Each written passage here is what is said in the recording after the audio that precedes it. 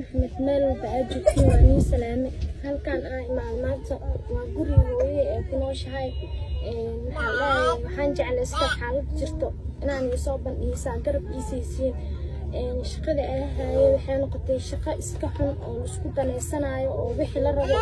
sameel uu dhahay daadididna oo ahaay shaqada waaye shaqada kamid ah qabanaynin go out uu dhahayo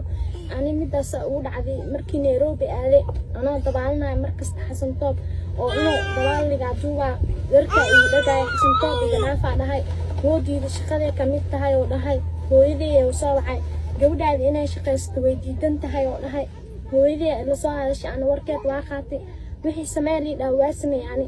halahaasna inoo jaray ahayd atooshna raali oo ka ahaa in li bahdilo marka dawaal dhahay oo biyaha gal dhahay woodiida asna biyaha inoo oo ismacneenay halahaas jaraan dhahay moona soo jarin oo ku soo dhaxday awlaadiisa oo ka arka insha Allah awlaad uu qaba gabdho uu qaba Xasan Toob gabdhana way la dhashteen ishii Ilaahay wuu soo saari doonaa xayisiin walba asmeenayni wax ku shilin oo isii malahan waa cadow waa xaasid maxal dhahay xaqiiqo cunay hooyadii waatana iska maskiina bushkaana iska qanaashay bishii waxa ku shaqeyn jiray $100 bis $100 ani hataa ku shilay iguma soo hareenin waalidka $80 siinaa $20 saar aniga ka sacaano oo gadanay Xasan Toob baata ayareen oo ii geystay Ilaahiya kaween hooyadii waatana waxa ani maxal dhahay wax walba waxa u sameynaa hooyadii darteeda soo familkayga maxal dhahay ay ilmaheena waxa cunaan ee u helaan wax walba maanta adduunka qaali oo noqday anina waa awoodi waayay intaas ka badan haddana shaqadii maxal dhahay $100 ay hadday bahdilaadaas ay bilaabeen waa iskaga soo baxay oo waa ka soo dhamaaday shaqadiina Marbiyaan dhahay sidaas aaga soo dhamaaday shaqada hooyadiina waatana hada saxaabta soo dhawaado waxay ka qabsanayaa Xasan Toob gabadhayda waa ku daneystay waa ku hormari muuqaal walba iraalka aanas iiga duubay waa iraalka aanas iiga duubay Ilaahay waxaan ka baryaa hortiisa askaalo umuday asxaabay gabadhayda waa u jeedin dantii daruufta maanta haysato waa u jeedin hortiisa askaala Xasan Toob gabadhayda muuqaal walba meel walba wadan walba iga geey hoteelo durdurmeedaygan sheego waaye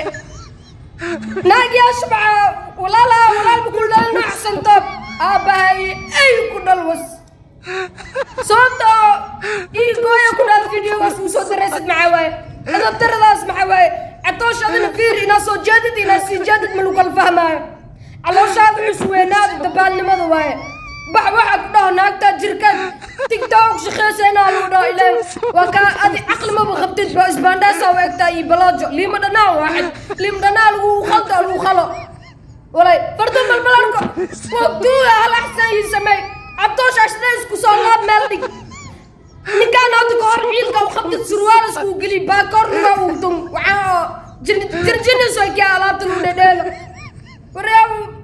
gabdhaha islaamka Ilaahay faraaqi qad ii ko qaqawa meel soo galiyay baahidooda ka faa'iido. Assalaamu calaykum waraxmatullaahi wabarakaatuh soo dhawaada asxaabta maanta waxaan ka hadli rabaa Xasan Toob oo ula dhaqmay gabadha masaakiinta aad daruufaysan asagoo weligiisba caadiis ay ahayd qof walba masaakiin oo soo muteysta oo tabar hayso inuu ku ciyaaro oo si xun ula dhaqmo